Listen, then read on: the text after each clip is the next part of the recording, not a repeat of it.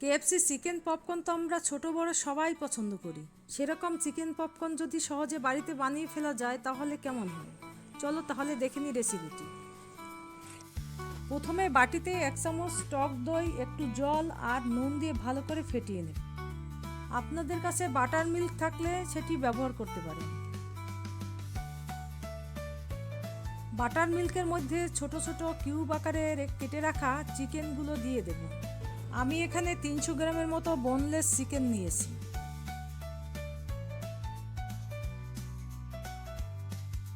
Butter মিল্কের মধ্যে chicken রাখলে সেগুলো জুসি থাকে। চিকেনগুলো 10 থেকে 15 মিনিট রেস্টে রেখে দেব। এবার চিকেন ম্যারিনেটের মশলা তৈরি করে নেব। তার জন্য লাগবে একটি ডিম, 1 চামচ পেঁয়াজ রসুন আর আদার পেস্ট। কেএফসির মতো স্বাদ আনার জন্য সবথেকে ইম্পর্টেন্ট হলো এই পেরি পেরি মশলা। 2 চামচের মতো পেরি পেরি মশলা দিয়েছি। একটু তেল, নুন আর 2 চামচ কর্নফ্লাওয়ার দিয়ে উপকরণগুলো ভালো করে মিশিয়ে নেব।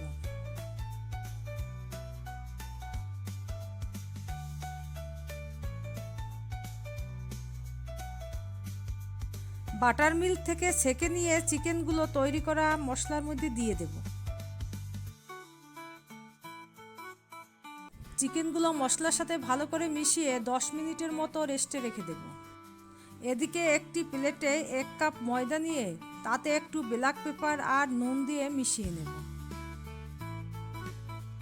10 মিনিট পরে ম্যারিনেট করা চিকেনগুলো ময়দার মধ্যে দিয়ে দেব।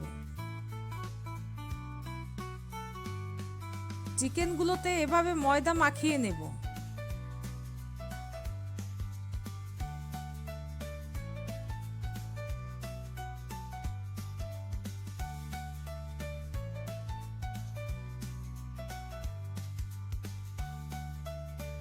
একটি ঝাঁঝরির সাহায্যে এক্সট্রা ময়দা ঝেড়ে ফেলে দেব।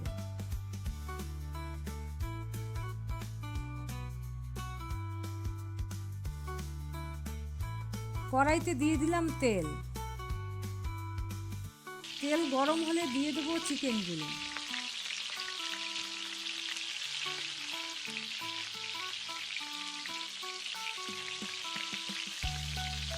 চুলোর আঁচ মিডিয়ামে রেখে চিকেনগুলো ভেজে নেব।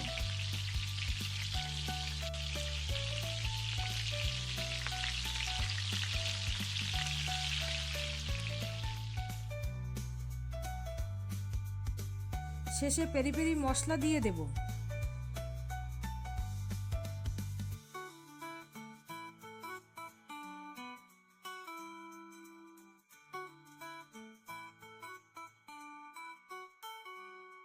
এবারে মিউনিস ও সস দিয়ে পরিবেশন করব।